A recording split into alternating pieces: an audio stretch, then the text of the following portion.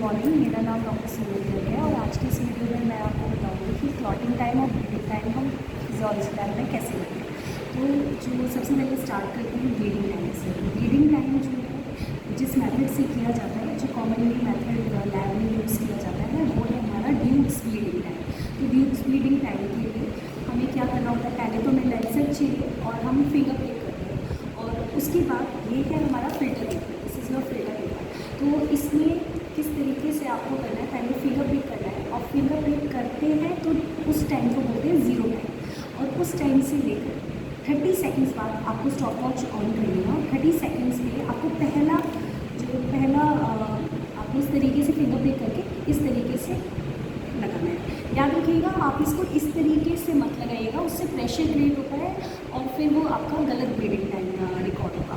या फिर आप इस तरीके से भी लगा सकते हैं या फिर इस तरीके से एजिस पे लगाएंगे। तो 30 सेकंड बाद आप पहला ड्रॉप लगाएंगे, ब्लड ड्रॉप, फिर से अगेन 30 सेकंड्स बाद दूसरा ड्रॉप लगेगा और एवरी 30 सेकंड्स बाद आप ड्रॉप लगाते जाएंगे जब तक आपको फाइनली कोई भी स्टेन ना मिले ब्लड का। तो इस तरीके से और फिर आप इन्हीं नंबर्स को लेबल कर सकते हैं। देखिए जैसे मैंने आपको लेबल करके दिखाया है, आप 1 2 3 4, तो मेरे 4 ड्रॉप्स लगे थे और फिर उसके बाद 5th वाले में ब्लैंक था। तो आप इस तरीके से उसको लेबलिंग करके दिखाइए और इस तरीके से हम कैलकुलेट कर सकते हैं कि जो हमारा टोटल ब्लीडिंग टाइम है वो टोटल 150 सेकेंड्स आया।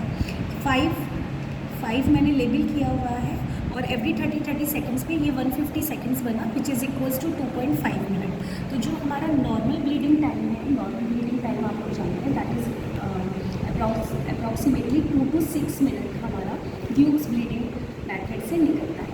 अब वाइवा में ये भी पूछा जाता है what are the other methods of recording bleeding time. तो आईवी मेथड भी है हमारा, लेकिन हम ड्यूक्स मेथड ज़्यादा कॉमन है, ज़्यादा इजी है।